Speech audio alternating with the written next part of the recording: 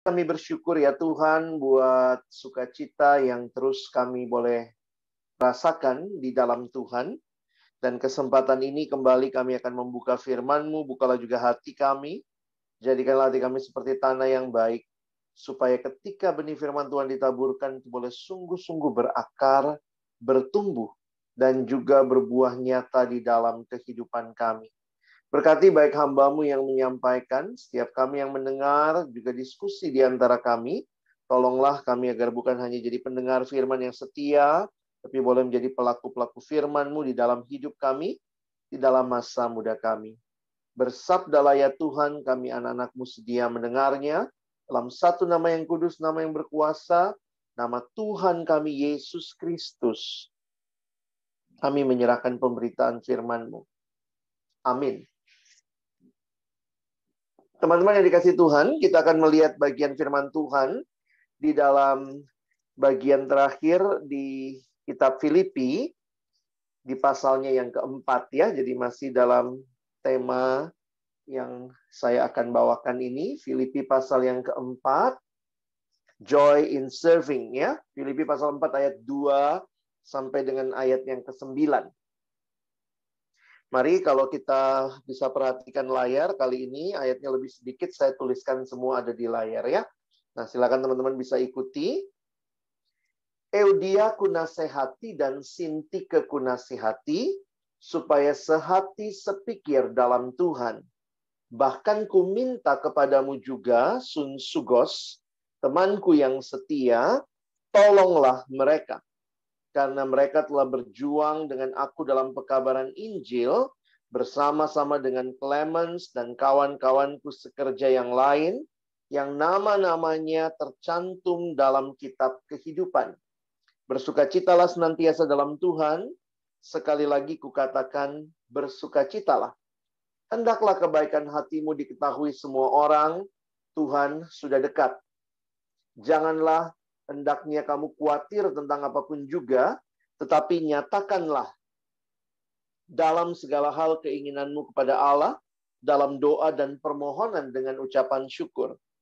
Damai sejahtera Allah yang melampaui segala akal akan memerintah hati dan pikiranmu dalam Kristus Yesus. Jadi akhirnya, saudara-saudara, semua yang benar, semua yang mulia, semua yang adil, semua yang suci, semua yang manis, semua yang sedap didengar, semua yang disebut kebajikan dan patut dipuji, pikirkanlah semuanya itu. Dan apa yang telah kamu pelajari, dan apa yang telah kamu terima, dan apa yang telah kamu dengar, dan apa yang telah kamu lihat padaku, lakukanlah itu. Maka Allah, sumber damai sejahtera, akan menyertai kamu. Nah, teman-teman yang dikasihi dalam Tuhan Yesus Kristus, di dalam surat Paulus kepada jemaat di Filipi, kita melihat bagaimana nasihat-nasihat terakhir ini menjadi satu dorongan ya, kekuatan bagi mereka. Nah, nanti kita akan melihat sama-sama bagaimana kaitannya dengan konteks pelayanan. Nah, saya memberi judul secara sederhana adalah ini ya. Apa saja sih tantangan yang kita hadapi dalam pelayanan? Nah, mungkin secara umum sih dalam kehidupan ya, tetapi lebih khusus lagi kita fokus melihat dalam pelayanan. Dan mungkin ini yang juga teman-teman harus antisipasi. Kalian adalah pelayan-pelayan dalam persekutuan mahasiswa, melayani di kampusmu, di kotamu, begitu ya. Nah, coba perhatikan apa saja challenge yang ada dan bagaimana nasihat Rasul Paulus ini bisa menjadi pegangan bagi kita di dalam menghadapi situasi-situasi yang tidak mudah. Saya pikir tidak ada pelayanan yang tanpa pergumulan. Semua selalu ada pergumulan. Pergumulan bisa terjadi, ada dua faktor ya. Internal, memang masalah kita nih, manusia berdosa, walaupun kita sudah ditebus, tetapi seringkali ya, tabiat lama, manusia lama yang kadang-kadang muncul, keegoisan, kesombongan, iri hati. Nah, ini masih mewarnai pelayanan. Jadi kita mesti aware dengan tantangan-tantangan internal. Yang kedua, eksternal. Ya, yang eksternal ya kondisi yang ada di sekitar kita dan seterusnya seperti yang Paulus alami. Paulus mengalami pergumulan dengan otoritas waktu itu sampai dia harus ada di penjara. Nah, seringkali yang eksternal itu sulit kita kontrol, ya. Itu biasanya beyond our control, sulit ya. Tapi yang internal, saya pikir dalam anugerah Tuhan kita bisa aware dengan hal itu ya. Jadi mesti coba belajar untuk melihat lagi bagaimana menata. Kadang-kadang yang harus ditata macam-macam. Yang paling dasar sih menata hati ya. Makanya ada yang bilang, what is the heart of the problem? The heart of the problem is the problem of the heart. Seringkali masalahnya ada di hati. Kadang-kadang juga masalahnya ada di manajemen. Ya, kadang-kadang kalau kita misalnya lihat dalam pelayanan, jangan-jangan kita salah memanage gitu ya, sehingga tidak bisa berjalan dengan baik, kurang efektif. Nah, ini tantangan-tantangan yang teman-teman dan saya harus aware. Yang internal kita bisa atasi. Nah, yang eksternal seringkali beyond our limitation. Tetap kita perlu sikap hati yang benar untuk melihat semua tantangan yang kita hadapi. Nah, saya mendaftarkan ada 4 hal dari nasihat Paulus ini di dalam ayat 2 sampai ayat 9 ya. Ada 4 hal yang menjadi tantangan yang Paulus ingatkan kepada jemaat di Filipi, dan tentunya juga menjadi warning atau menjadi peringatan bagi kita yang hidup saat ini. Yang pertama adalah tantangan konflik. Ya, namanya juga yang melayani ini manusia berdosa ya. Jadi, selama kita melayani, hati-hati dengan konflik. Kadang ada orang yang lari dari konflik. Nah, saya pikir sih tidak seharusnya demikian ya, belajar memanage konflik dengan baik. Ketika teman-teman dan saya juga ya, kalau kita lari dari konflik, sebenarnya kita tidak menyelesaikan apa-apa. Sementara, kalau kita berani menghadapi konflik, kita berani menyelesaikannya, tentunya setelah kita melaluinya, kita pun juga jadi semakin bertumbuh. Ya, makin dewasa, makin bisa memahami dengan lebih luas, begitu ya. Nah, jadi aware lah dengan konflik yang ada. Jadi jemaat Filipi, walaupun mereka begitu suportif kepada Paulus, mereka support pelayanan Paulus, tetapi Paulus juga memperhatikan ada konflik yang muncul. Ya,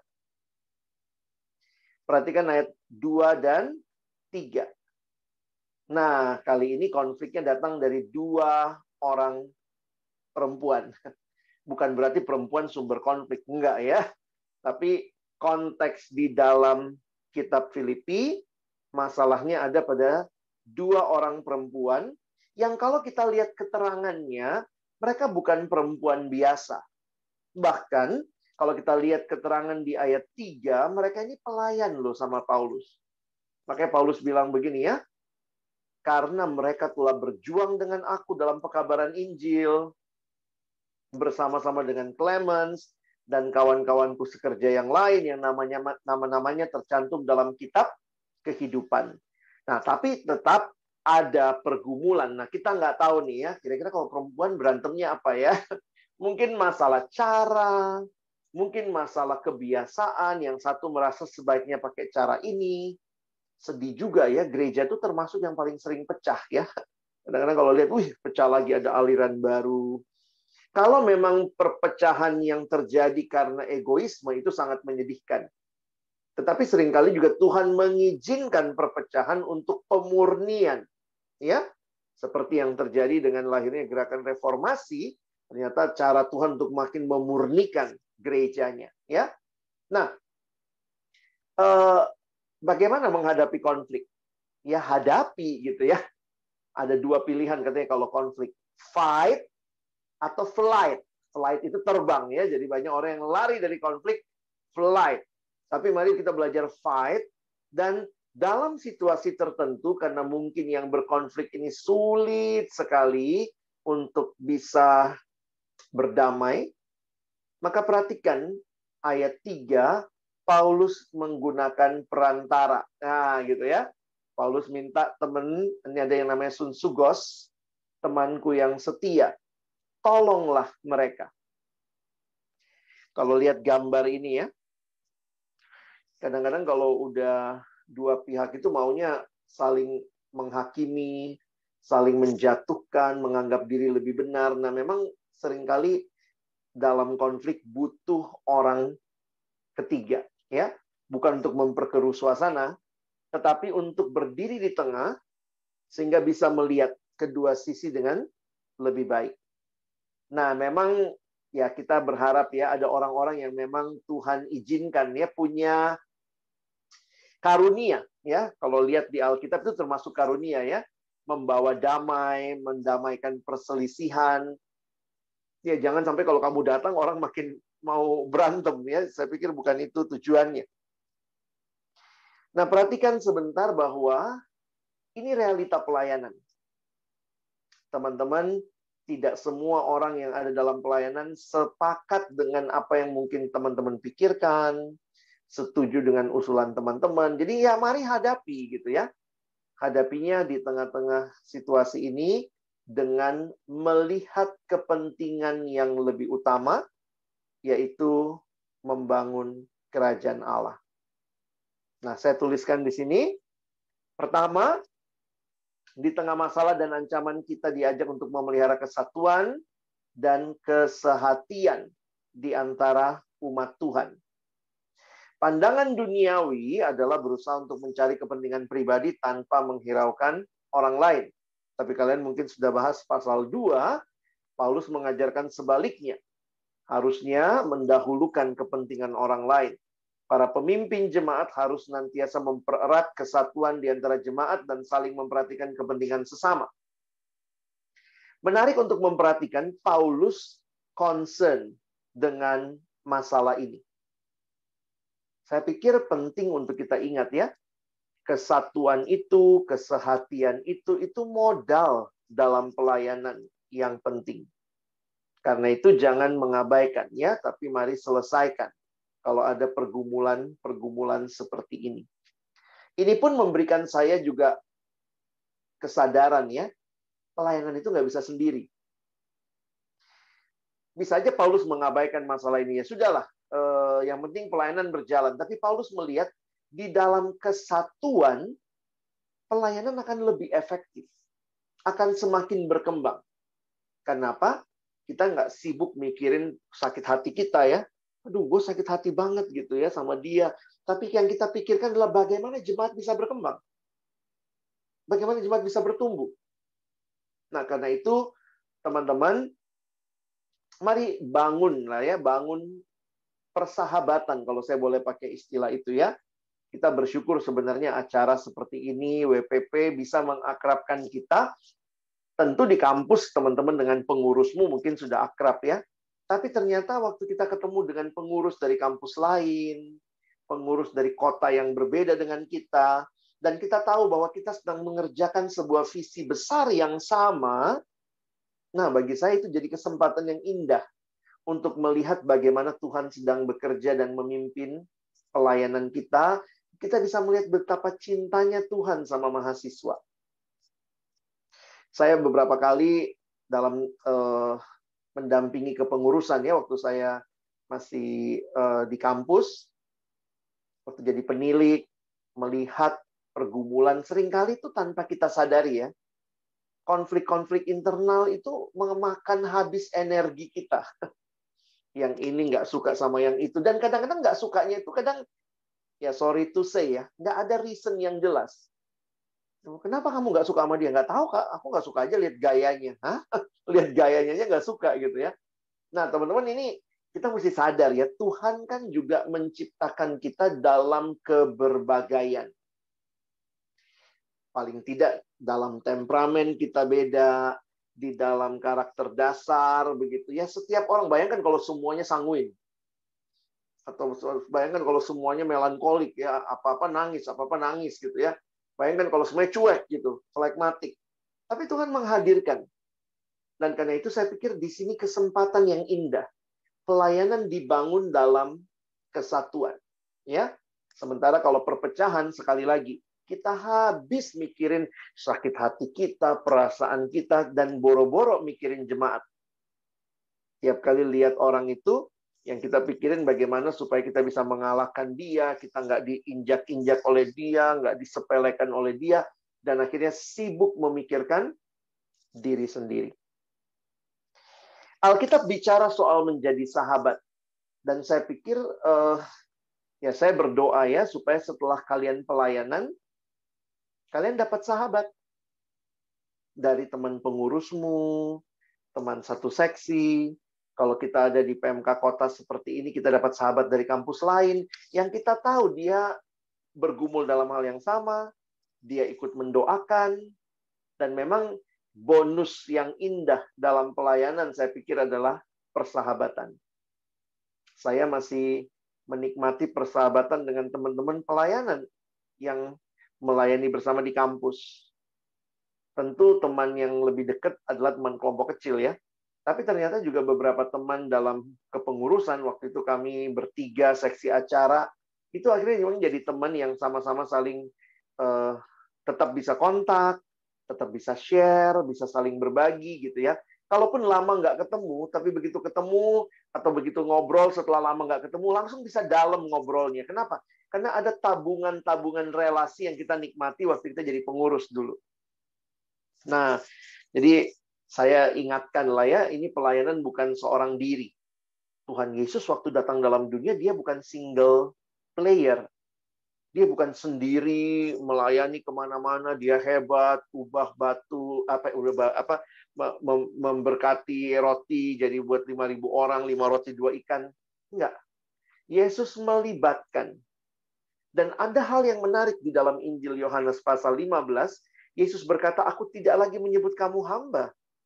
Karena hamba tidak tahu apa yang dilakukan tuannya, tapi aku menyebut kamu sahabat. Wow.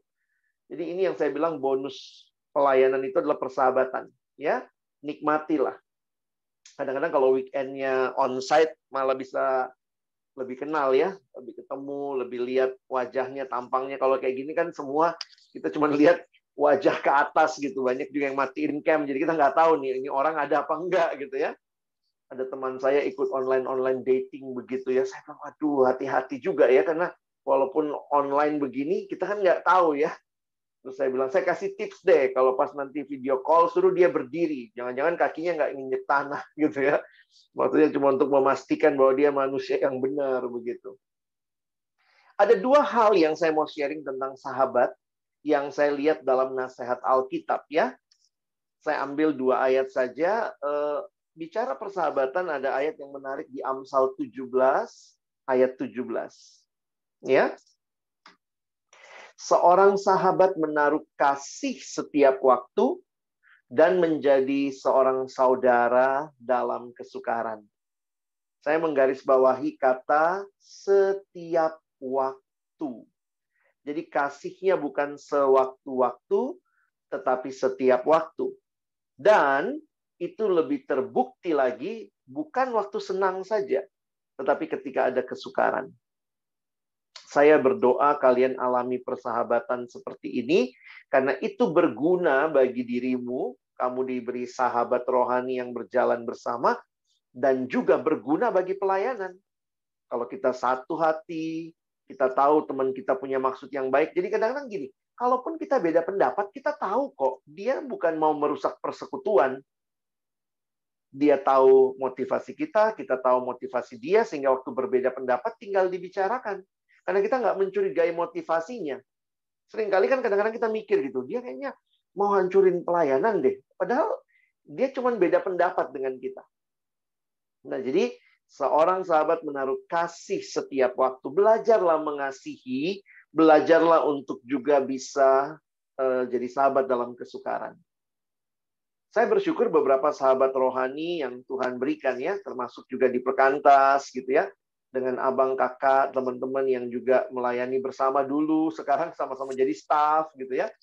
Saya kalau ingat Kak Sabto dulu teman di PMK Kota gitu ya. Kami kalau datang pembinaan sama-sama gitu ya. Kak Sabto dari kampus ISTN, saya dari kampus UI, kita ketemunya di PMK Kota gitu. Terus ya bisa melayani bersama gitu ya. Terus kami masuk Perkantas juga nggak jauh beda gitu ya. Saya duluan, lalu Kak Sabto, lalu jadi apa ya? Kalaupun ngobrol tuh bisa dalam begitu ya. Ketika Kak Sabto merit, saya MC-nya. Jadi kadang-kadang mikir persahabatannya banyak bonusnya kok teman-teman ya. Jangan melihat persahabatan pelayanan itu superficial. Kalau kita mau buka diri, kita memberi diri buat orang lain. Nah, kita bisa nikmati itu ya. Dengan Bang Nicholas Daki gitu ya. Waktu kami dari UI sama-sama pelayanan. Terus kemudian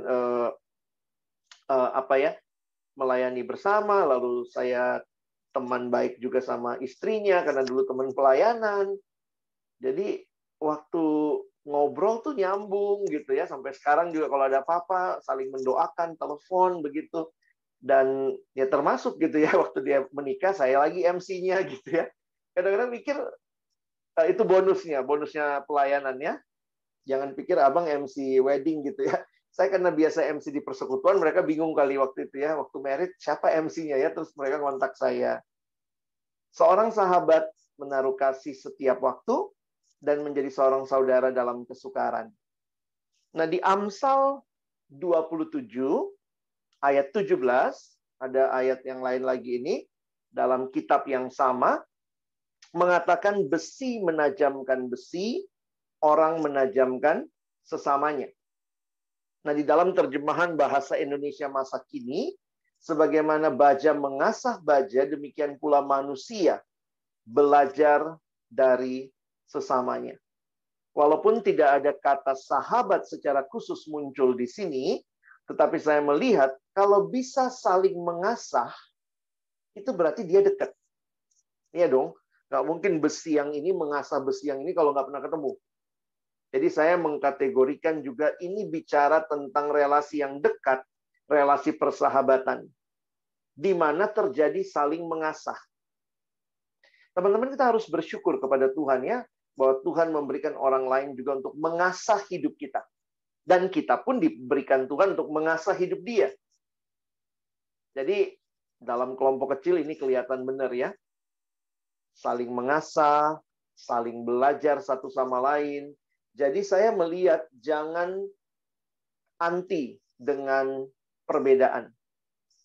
Kalau sahabat cuma mengasihi, tidak mengasah kamu, itu bisa cenderung munafik. Cuma kasih-kasih, kalau kamu bikin salah, dia diem, itu cenderung munafik. Sahabat seperti itu. Sementara, sahabat yang hanya mengasah kamu, apa-apa kritik, nggak kelihatan kasihnya, ya itu cenderung jadi kasar ya. Nah, jadi saya ambil 2 ayat ini untuk menunjukkan jadilah sahabat yang membangun, saling asih, mengasihi, dan saling asah, mengasah. Nah, rindukan ini terjadi ya. Jadi setelah kamu pelayanan setahun ke depan, bukan cuma target-target apa dalam program yang tercapai, tapi tanya lagi nih, Tuhan, apakah waktu setahun ini Tuhan memberikan pertumbuhan bagiku juga melalui sahabat-sahabat rohani yang Tuhan hadirkan bagi teman-teman ya. Dalam pelayanan itu bonus yang luar biasa. Selanjutnya, tantangan dalam pelayanan, ya ini memang agak overlapping, adalah tantangan self-centeredness. Kadang-kadang kita tuh begitu fokus sama diri kita. Dan ingat, kalau kita fokus sama diri kita jadi segala-galanya, maka mungkin sekali kita jadi tidak melihat sekitar kita, apalagi melihat Tuhan. 2 ayat berikut, saya pikir ini ayat untuk menolong kita nggak self-centered. Pertama, bersukacitalah senantiasa dalam Tuhan. Ini berarti fokuslah kepada Tuhan. Kalian sudah tahu ya, surat Filipi, Paulus lagi di penjara, tapi surat ini paling banyak kata sukacitanya. Satu waktu abang pimpin pembahasan kitab Filipi, saya tanya, teman-teman, kalau dengar kata sukacita, apa yang kalian bayangkan? Wah, senang, gembira, banyak makanan, nggak ada ujian gitu ya, mahasiswa soalnya ya, jawabnya gitu. Terus setelah semua jawab, saya tanya, pernah nggak membayangkan sukacita itu padanannya penjara? Masa sih penjara? Nah, saya bilang inilah yang terjadi dengan surat Filipi. Kenapa Paulus bisa bersukacita walaupun ada di penjara? Karena dia nggak self-centered. Kalau dia self-centered, dia akan ngeluh, Tuhan, kenapa saya sudah melayanimu di penjara? Sehingga sukacita Paulus bukan tergantung pengalamannya, bukan tergantung situasi di sekitarnya, tetapi dia fokus kepada Tuhan, sehingga ketika ada Tuhan, itu cukup jadi sukacita bagi dia. Jadi, bagaimana caranya mengatasi self-centeredness? Ya, pandang sama Tuhan, sehingga situasinya mau apapun, saya sukacita. Karena sukacita saya nggak tergantung situasi, tapi tergantung kepada Tuhan. Dan saya percaya Tuhan tidak pernah meninggalkan. Tuhan selalu hadir. Kalau situasi nyaman, itu nggak selalu hadir. Hari ini nyaman, besok nggak nyaman. Hari ini kosannya enak, besok nggak enak. Hari ini dapat uangnya pas waktunya, besok nggak dapat. Jadi kalau kita menggantungkan sukacita kita kepada hal-hal yang berubah-ubah, nggak akan ada sukacita itu. Tapi kalau sukacita tergantung Tuhan, dan Tuhan itu tidak pernah meninggalkan, dia selalu hadir, wow, kita bisa berkata, bersukacitalah. Yang kedua, kalau kita fokus sama Tuhan, kita jadi nggak fokus sama diri. Dan kalau kita nggak fokus sama diri, kita jadi bisa membantu orang. Makanya Paulus katakan, hendaklah kebaikan hatimu diketahui semua orang. Tuhan sudah dekat. Do good. Nah, teman-teman, saya nggak tahu nih ya, pergumulanmu nanti seperti apa waktu melayani. Ini banyak yang baru mulai melayani ya. Apakah kamu akan self-centered atau situasi sulit? Waktu ada pergumulan, kadang-kadang juga banyak hal yang ya namanya melayani tuh. Kalau kita self-centered, boro-boro mikirin orang lain. Boro-boro do good to others. Tapi ayat 5 ini, hendaklah kebaikan hatimu diketahui semua orang. Nah, saya tulis penjelasannya begini ya. Di tengah-tengah kesulitan, hanya sedikit orang yang mau berbuat baik bagi sesama. Karena lebih cenderung memikirkan dirinya sendiri. Namun umat Tuhan, kita dipanggil untuk menyatakan kebaikan kepada setiap orang, pada sesama, dalam keadaan apapun. Tentu ini bukan pamer perbuatan baik untuk mendapat pujian orang, tetapi untuk menyatakan berkat Tuhan buat sesama. Sehingga bisa tetap sukacita, karena fokus sama Tuhan, bisa tetap berbuat baik, karena kita nggak fokus sama diri. Saya memang mengalami, karena saya pernah jadi pengurus di kampus, dan di tahun ketiga saya jadi ketua persekutuan ketika saya ada di FISIP UI. Nah, saya ngalamin tuh ya, kadang-kadang dalam pelayanan kita juga bisa alami situasi yang sulit gitu ya. Dan kemudian kita memikirkan diri kita sendiri. Kita mungkin beberapa teman waktu itu nilainya tiba-tiba turun ya. Terus langsung tiba-tiba menghilang dari persekutuan, ghosting ya, menghilang. Tanggung jawabnya nggak dikerjakan. Padahal kan sebenarnya bisa tetap dibicarakan ya. Coba kita bicarakan, nanti tugasnya bisa dialihkan ke yang lain. Tapi ini nggak ada babi bu, tiba-tiba hilang, mundur, datangin ke kosannya, nggak ada, begitu ya. Waktu itu masih zamannya SMS nggak dibalas. Jadi kadang-kadang kita bingung gitu. Kalau kita self-focus, maka kita akan sulit melihat orang lain. Jadi pelayan Tuhan itu salah satu tantangannya hati-hati self-centered. Ya, hati-hati self-centered. Selanjutnya, nah ini tantangan-tantangan yang real sih ya, khawatir. Ini 11-12 lah sama yang tadi ya. Karena orang yang self-centered itu khawatiran biasanya. Terlalu banyak yang dia pikirin. Kalau begini gimana? Kalau begini gimana? Padahal belum kejadian semua tuh ya. Makanya Paulus ingatkan. Lihat ayatnya. Janganlah hendaknya kamu khawatir tentang apapun juga. Tapi nyatakanlah. Jadi dia memberikan jalan keluar ya. Jalan keluarnya apa? Nyatakanlah dalam segala hal keinginanmu kepada Allah dalam doa dan permohonan dengan ucapan syukur. Lalu ayat 7 bicara, ini masalah hati ya. Damai sejahtera Allah yang melampaui segala akal akan memelihara hati dan pikiranmu dalam Kristus Yesus. Orang yang tidak khawatir bukanlah orang yang menipu diri sebenarnya. Oh, nggak ada khawatir, nggak ada khawatir. Tapi orang yang sadar bahwa di tengah semua hal itu, ada Tuhan yang kepadanya saya bisa berdoa, kepadanya saya bisa berserah, dan akhirnya kita menikmati damai, bukan karena kita udah kontrol semua.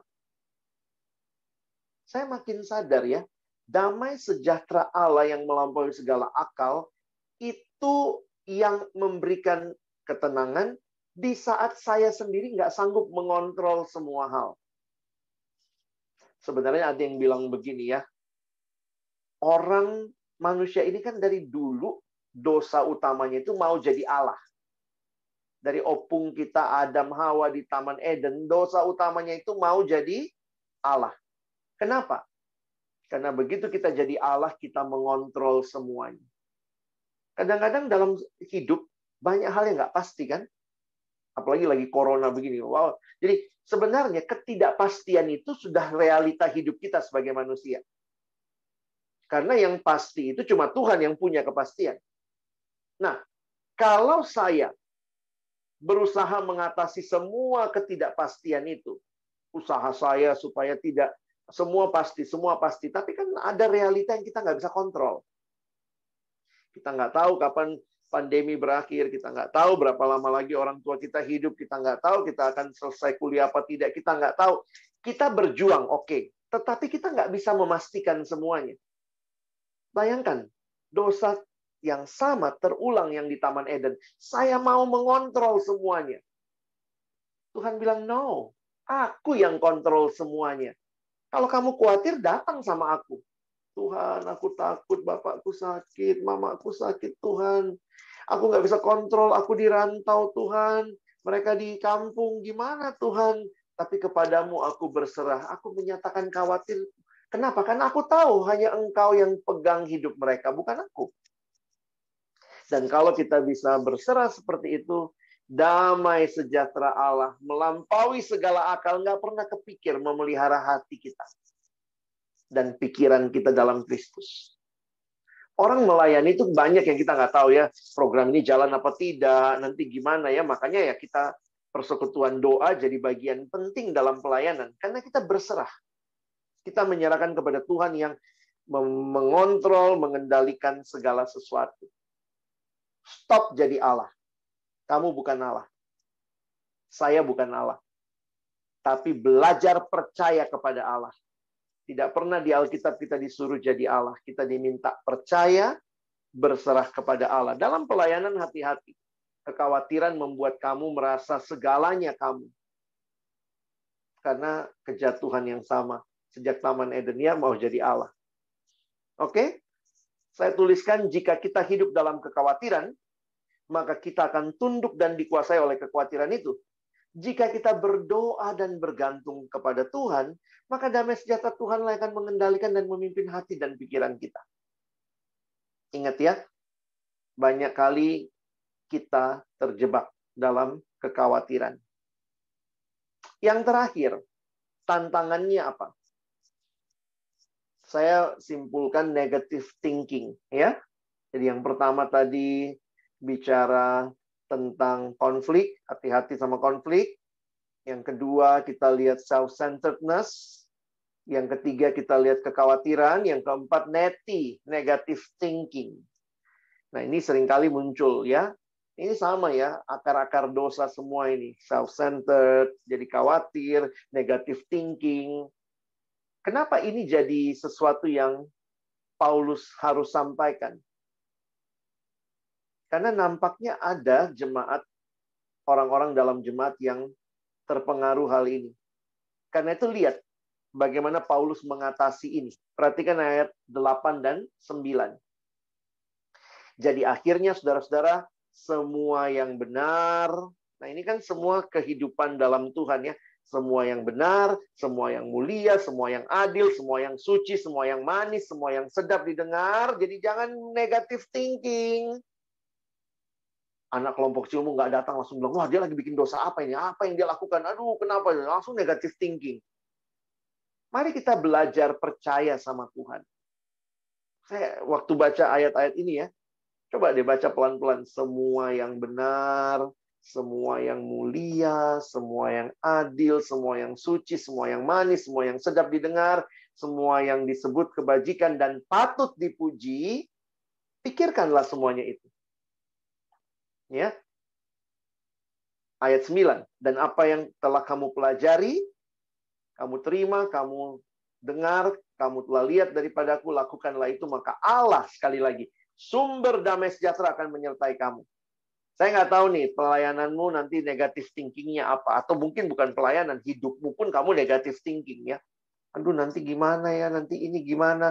Sekali lagi, negatif thinking, khawatir, self-centered itu saudara sepupu semua. Kembar bahkan mereka ya. Dan Paulus ingatkan, stop. Pikirin yang baik. Nah, apakah Paulus mengajarkan positive thinking jadi toxic positivity? Nah, ini kan sekarang kita suka bicara begitu ya. Kayaknya ayatnya toxic positivity ya. Karena kan Paulus lagi dalam penjara. Terus Paulus bilang, jangan pikir penjara. Pikir yang benar, yang mulia, yang adil, yang apa. Nah, saya ngelihat ini bukan toxic positivity, teman-teman. Paulus tidak menutupi dia di penjara. Buktinya dia udah tulis di pasal 2, saya di penjara. Jadi Paulus nggak bilang, aku nggak di penjara, aku nggak di penjara. Itu menyangkali kenyataan. Paulus tidak melakukan itu. Tetapi, situasi yang sulit tidak menutup Paulus untuk memikirkan yang lebih jauh yang Tuhan mau dia pikirkan. Tangkap ya? Kalau situasi sulit membuat kita seringkali negative thinking, mikir diri sendiri. Nah, ini yang terjadi. Boro-boro mikir yang ke depan, Paulus mikirnya apa? Kalau aku bebas nanti, aku mau kunjungin kamu. Hebat itu. Dia tahu dia lagi di penjara, tapi dia memikirkan yang baik. Saya akan kunjungi kamu nanti kalau saya bebas ya. Saya selalu doain kamu. Jadi ini sesuatu semangat yang lahir dari apa? Nah, di sini bedanya. Paulus juga bukan positive thinking yang seolah-olah meniadakan situasi, hanya berhalusinasi, halu dia, atau sekedar wishful thinking, cuman mikir sesuatu yang ke depan. Tidak. Kuncinya ada di ayat 9. Apa yang telah kamu pelajari, kamu terima, dan apa yang telah kamu dengar, apa yang telah kamu lihat padaku, lakukanlah itu. Apa sih yang diterima dari Paulus? Yang kamu pelajari, kamu terima. Saya menyimpulkan ini adalah firman Tuhan. Jadi kalau kalian bayangkan, yang Paulus maksudkan di sini adalah begini. Situasimu boleh sulit. Mungkin buat beberapa orang sudah negative thinking. Tapi kalian, no. Pegang janji Tuhan. Jadi bukan sekadar positive thinking yang percaya pada diri. Ada orang positive thinking tapi pede. Pede sama diri sendiri yang cenderung sombong. Aku bisa, aku bisa, aku bisa. Itu yang modelnya positive thinking di masyarakat sekarang. Tapi ini positive thinking karena berpegang pada janji Tuhan. Yang kamu pelajari, yang kamu terima, yang kamu dengar, yang kamu lihat daripada aku. Dan memegang firman Tuhan itulah damai sejahtera menolong kita. Bahkan di situasi yang paling sulit. Nah, ini keterangan yang saya tuliskan ya. Berpikir mengenai hal-hal yang baik dan mulia adalah langkah pertama untuk tidak dikuasai masalah. Namun, agar dapat lolos dan menjadi pemenang, kita perlu mempraktekkan semua pikiran baik tersebut. Karena itu, pilihlah untuk mengambil sikap yang positif di tengah-tengah arus dunia ini. Ingat, sikap positif itu bukan berdasarkan akal budi kita semata-mata. Kalkulasi kita, perencanaan kita, silahkan itu tidak ada salahnya dibuat, tetapi tidak menjadi satu-satunya dasar. Karena kita melihatnya melampaui itu. Sikap positif kita. berdasarkan pada janji firman Tuhan. Saya beberapa kali membaca surat-surat Paulus, dia positif banget attitude cara berpikirnya ya. Tetapi bukan berdasarkan PD. Saya pasti bebas, saya akan kunjungi kamu. Tapi dia meyakini Tuhan memberikan janji. Kalau kalian baca Filipi 1, ya, Filipi 1 ayat 27 sampai 30 gitu ya. Dia bilang kalau aku masih hidup, itu berarti bekerja dan memberi buah. Karena itu yang Tuhan mau. Dia pegang janji Tuhan. Dan saya pikir kita butuh hal seperti ini ya. Saya nggak tahu pergumulan apa yang teman-teman nanti akan alami dalam pelayanan, tapi mari berakar pada firman. Makanya rajin baca Alkitab ya. Pegang janji Tuhan, berjalanlah dalam pengurusanmu bersama dengan Tuhan dan nikmati janji-janjinya itu meneguhkan kamu. Nah, teman-teman yang dikasihi Tuhan, jadi inilah yang saya rindukan, joy in serving. Kalau kita lihat, kuncinya sebenarnya ada kepada fokus sama Tuhan. Dari tadi kita bicara soal konflik, dalam konflik hadapi, lihat kepentingan kerajaan Allah, fokuslah sama Tuhan. Sehingga kita berjuang mengatasi konflik. Supaya apa? Kerajaan Allah makin maju. Apalagi tantangannya tadi. Kita punya tantangan self-centered. Kita susah sekali untuk memikirkan orang lain kalau self-centered. Karena itu fokus sama Tuhan. Kalau kamu fokus sama Tuhan, kamu bisa sukacita. Kalau kamu fokus sama Tuhan, kamu bahkan bisa berbuat baik. Terus kepada orang lain. Terus melayani. Selanjutnya tantangannya tadi khawatir. Waktu khawatir ya fokus lagi sama Tuhan. Percaya, bukan kamu Tuhannya. Stop jadi Tuhan. Jangan ngulangin kejatuhan Adam dan Hawa. Tapi belajar percaya, ayo berdoa. Dan waktu punya negative thinking, karena situasinya memang sangat negatif, betul situasinya negatif, tapi kamu belajar memegang janji Tuhan. Jadi our joy in serving is from God Himself. Bukan dari dunia, bukan dari situasi, tapi dari Tuhan. Teman-teman, yang mengutus kita sore hari ini, mengakhiri WPP kita adalah Tuhan. Yang memberikan kepada kamu kekuatan janji, dan Tuhan yang rindu kamu alami sukacita karena Dia hadir. Bukan sukacita karena kamu bisa, kamu dapat, kamu mampu, situasi nyaman. Kalau sukacita kita tergantung semua itu nggak everlasting. Tapi our true joy in serving is from God. Nah, jadi teman-teman, saya akhirnya menyadari ya, saya tutup dengan satu buku yang saya baca. Saya baca buku ini. Sudah diterjemahkan, tapi saya kayaknya kutip Inggrisnya di sini ya. Dalam buku Cultivating the Fruit of the Spirit, sudah diterjemahkan oleh literatur Perkantas Jawa Timur, Bapak Christopher Wright menulis hal yang menarik ya.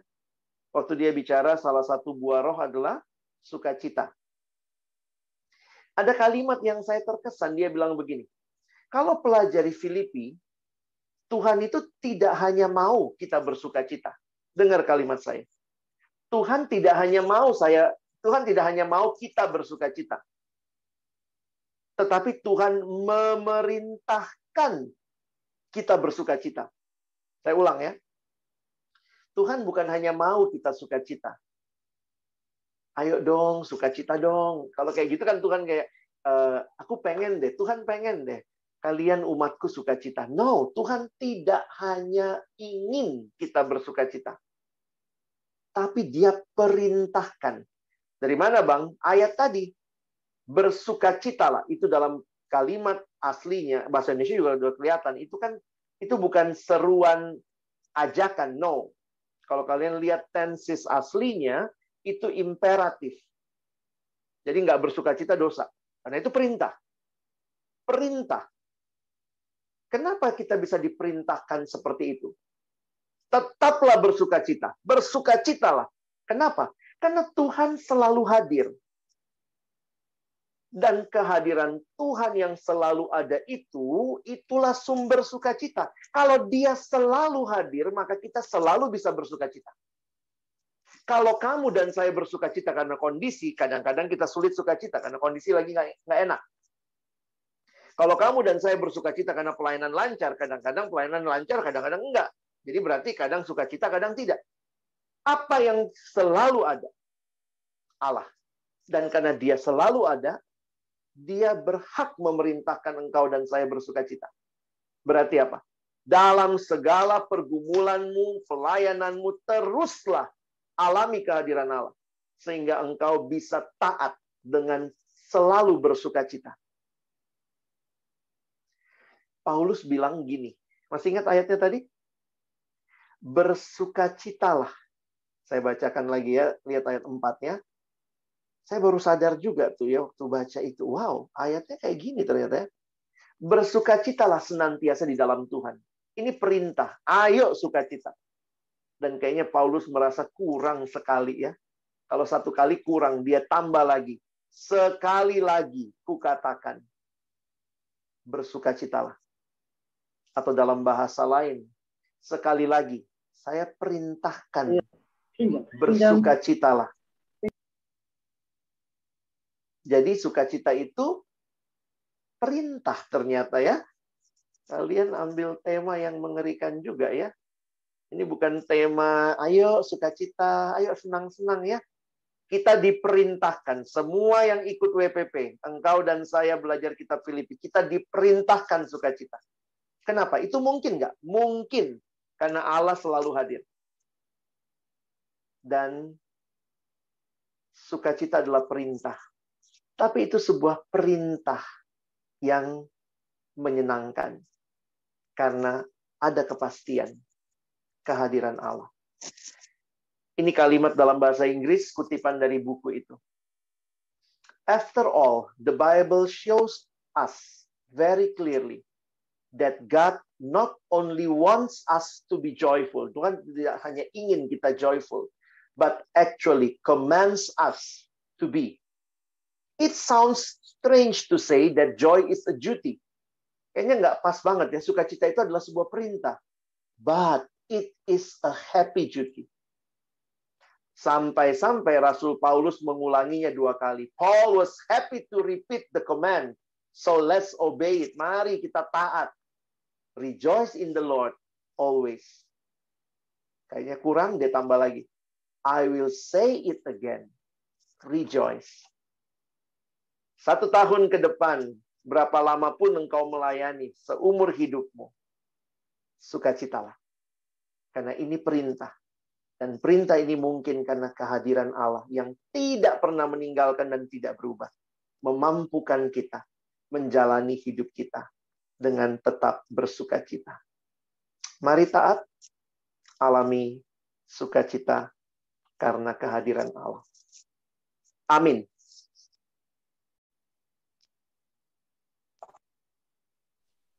Baik, oke. Kita sekarang ada di sesi tanya jawab. Buat teman-teman semua yang punya pertanyaan yang mau disampaikan, silakan disampaikan, bisa langsung open mic atau menuliskannya di kolom chat. Persilakan buat teman-teman semua.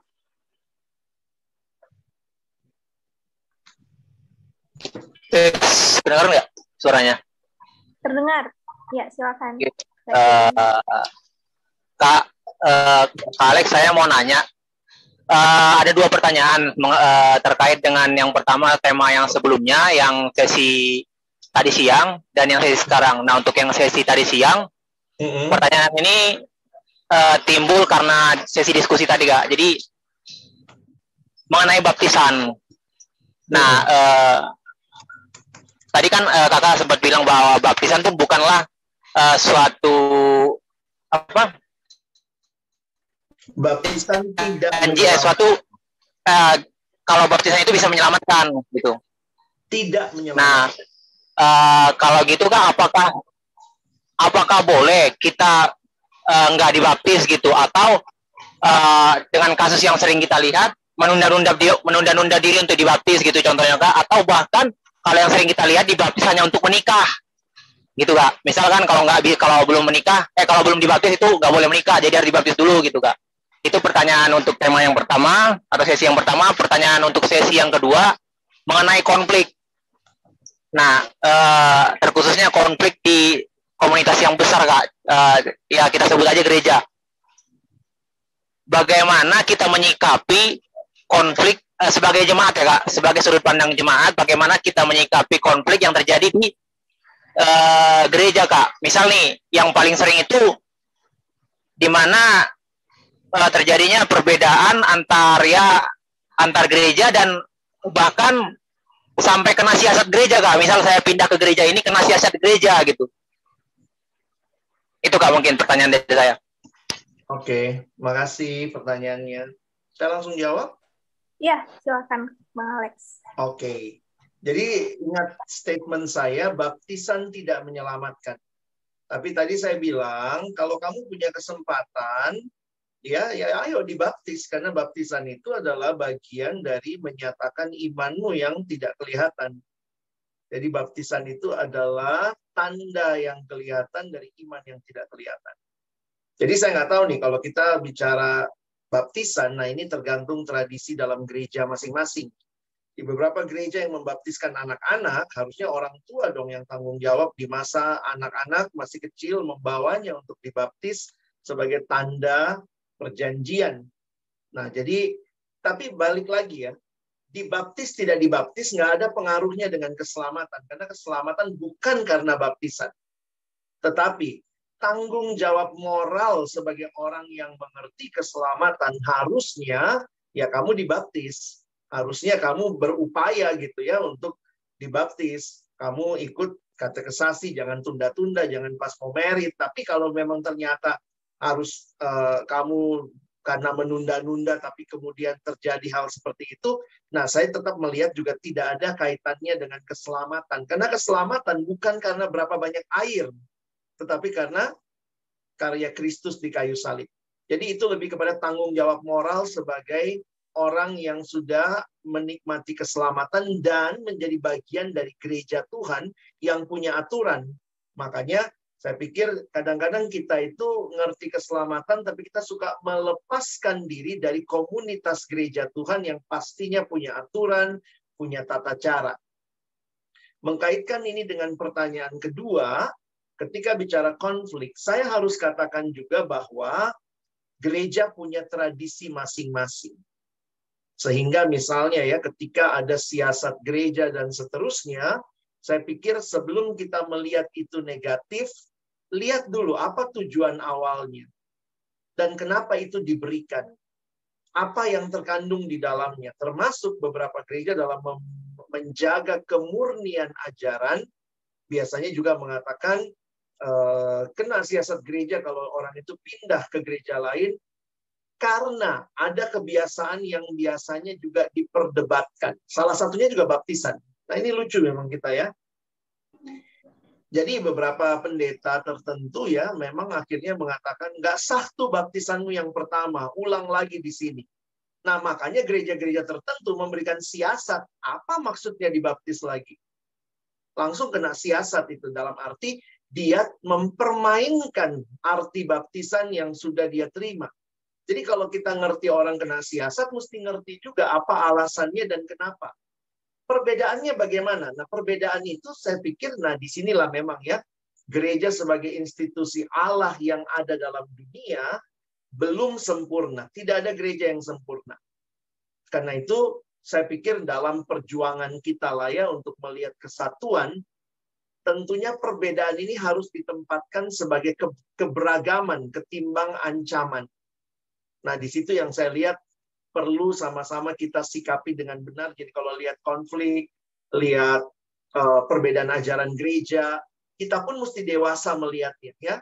Dan akhirnya memang selama masih dalam dunia ya kita mesti memilih. Kalau kamu ikut gereja ini, ya gereja ini punya aturan di sini. Kalau kamu ke gereja lain dibaptis lagi, kamu kena siasat dari yang sini. Nah itu saya pikir bukan konflik, tapi ya kamu mesti belajar aturan juga. Karena setiap bukan permainan, setiap persekutuan tanda kutip ada aturannya begitu ya.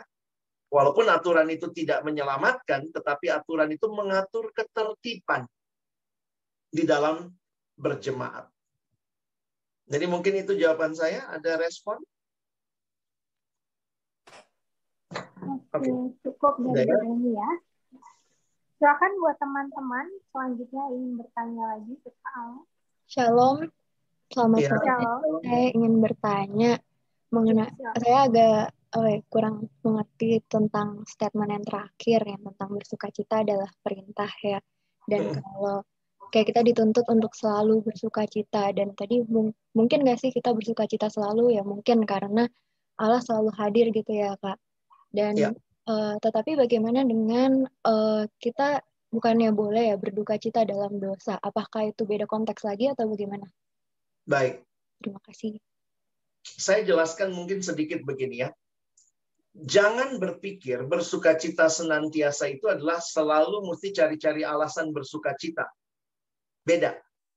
Jadi begini. Ada pengalaman ya, ada keluarga meninggal, lalu kemudian ada orang yang nggak tahu dia ikut gereja mana gitu ya. Dia bilang, kita nggak boleh berduka cita. Kita harus selalu bersuka cita. Jadi itu papan bunga ya diganti semua tuh. Bukan turut berduka cita, turut bersuka cita. Disuruh ganti semua.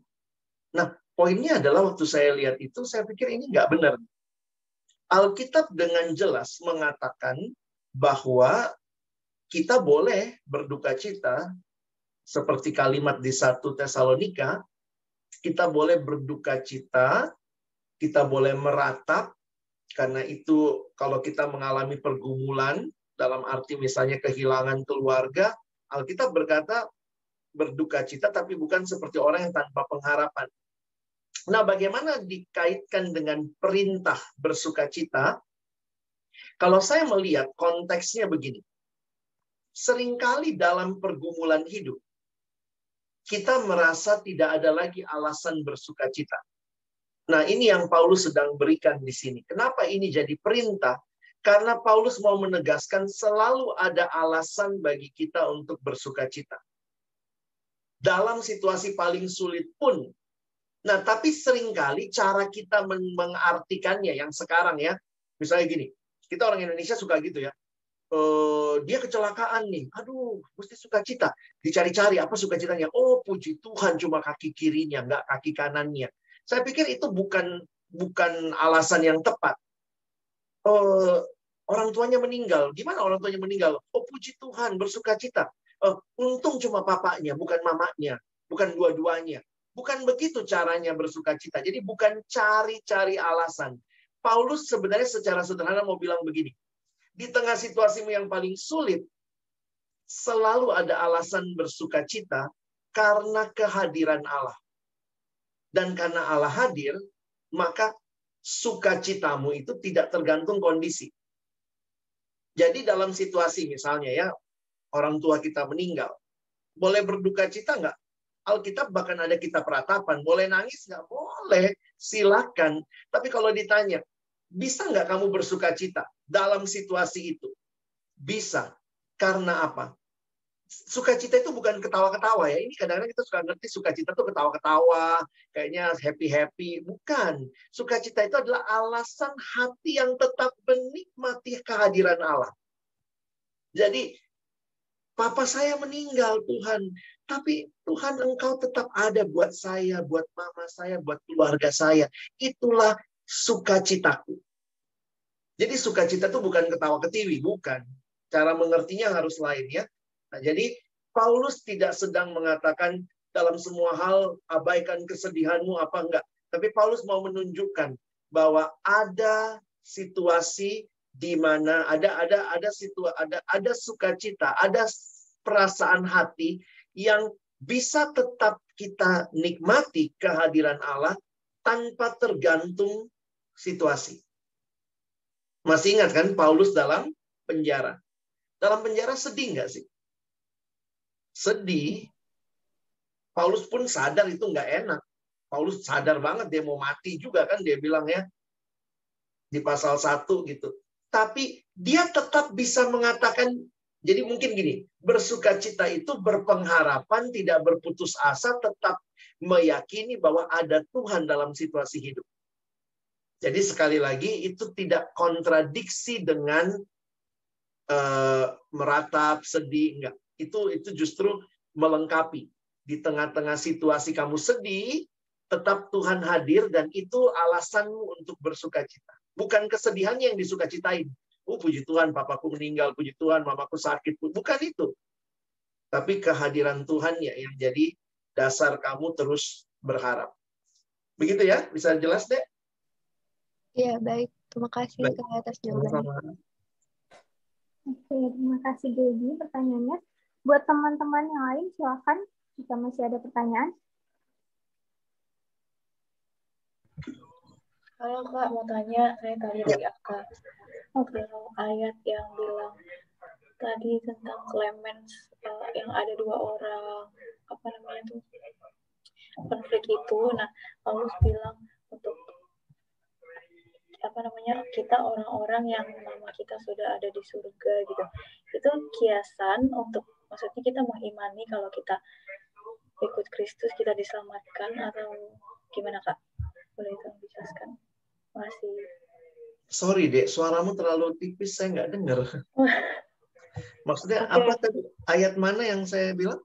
Ayat yang ada nama Clemens itu Kak. Sebentar Kak. Oh, oke. Nah, saya lihat tuh. Kenapa itu maksudnya namanya tercatat di surga? Dia bilang, bahkan ku minta kepadamu juga Sungsugos, temanku yang setia, tolonglah mereka. Karena mereka telah berjuang dengan aku dalam pekabaran Injil bersama dengan Clemens dan kawan-kawanku sekerja yang lain yang nama-namanya tercantum dalam kitab kehidupan. Ini berupa iman Paulus, kata-kata yang nama-namanya tercantum dalam kitab kehidupan, atau kayak Paulus tahu dari mana kalau mereka nama-namanya tercantum dalam kitab kehidupan, atau itu berupa iman dia gitu Kak. Masih. Ya, mungkin saya harus ingatkan bahwa kekristenan punya keyakinan keselamatan. Saya yakin, kamu yakin. Jadi maksudnya gini, jangan berpikir bahwa memang pada akhirnya kan keselamatan itu dari Tuhan ya. Nah, dalam keyakinan kita akan keselamatan, kalau kita belajar MHB juga kan bab 1 tuh udah diajarkan tentang keyakinan keselamatan. Jadi, kalau kamu sudah terima Yesus, kamu yakin nggak selamat? Kalau kamu bilang kamu yakin selamat, berarti namamu ada di kitab kehidupan. Itu bukan iman yang, kalau iman apalagi insya Allah gitu ya, ada di sana gitu. Bukan, kamu udah terima Yesus. Kan ada ayatnya, setiap orang yang menerimanya diberinya kuasa supaya menjadi anak Allah, yaitu mereka yang percaya dalam namanya. 1 Yohanes 5 ayat 11, ayat yang ke-11, 12 gitu ya. Barang siapa yang mengatakan percaya pada Yesus. Jadi saya pikir gini, iman kepada Tuhan itu memastikan kita, kan sama ya Yohanes 3:16. Karena begitu besar kasih Allah akan dunia ini, sehingga setiap orang yang percaya kepadanya tidak binasa. Setiap orang yang percaya kepadanya tidak binasa, melainkan beroleh hidup yang kekal. Sudah percaya? Udah terima Yesus? Kalau kamu percaya, hidup kekal. Kamu nggak percaya, ayat 18, kamu akan dihukum. Jadi, Paulus bukan sedang mengandaikan, tapi sedang berbicara dari realita pengajaran yang dia pahami juga. Kalau percaya, hidup kekal. Mungkin itu kali. Oke, makasih Kak. Sama-sama. Oke, baik. Karena waktunya terbatas, jadi sesi pertanyaan dicukupkan. Aku persilakan kepada Kak Alex untuk menutup firman Tuhan hari ini. Mari kita berdoa.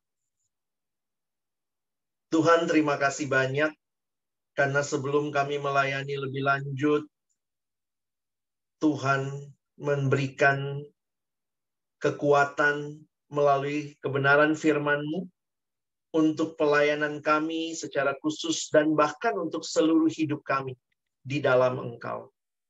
Terima kasih, hamba menyerahkan teman-temanku yang rindu melayani-Mu ya Tuhan dengan seluruh hidup mereka.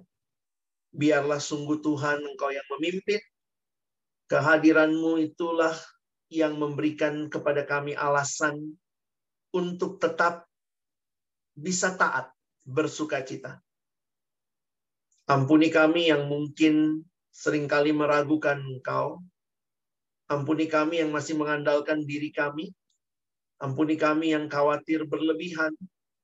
Ampuni kami yang self-centered. Ampuni kami yang seringkali negative thinking. Dan kami mohon, fokus kami kepadamu. Menolong kami terus bangkit dan melayani Tuhan di dalam kehidupan kami ke depan. Terima kasih, karena melalui weekend ini juga Tuhan berbicara banyak hal kepada kami.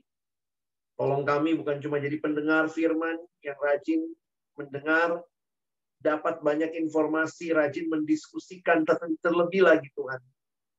Jadikan kami pelaku-pelaku firman di dalam hidup kami.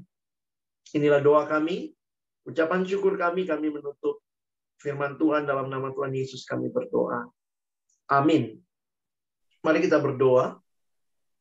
Tuhan, terima kasih untuk rangkaian WPP yang Tuhan berkati, sertai, pimpin, dan kami terus berserah kepadamu, agar sungguh melalui hidup kami, pekerjaan Tuhan nyata di ladang pelayanan mahasiswa.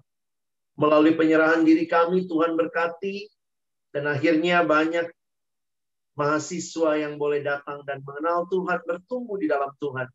Karena ada pengurus-pengurus, ada penilik-penilik yang benar-benar hidup di dalam Tuhan, menyerahkan diri di dalam Tuhan, dan bisa terus bersukacita sebagai bukti ketaatan kami. Karena pimpinan dan kehadiran-Mu yang tidak pernah absen dalam hidup kami. Terima kasih, kami bersyukur menutup sesi ini.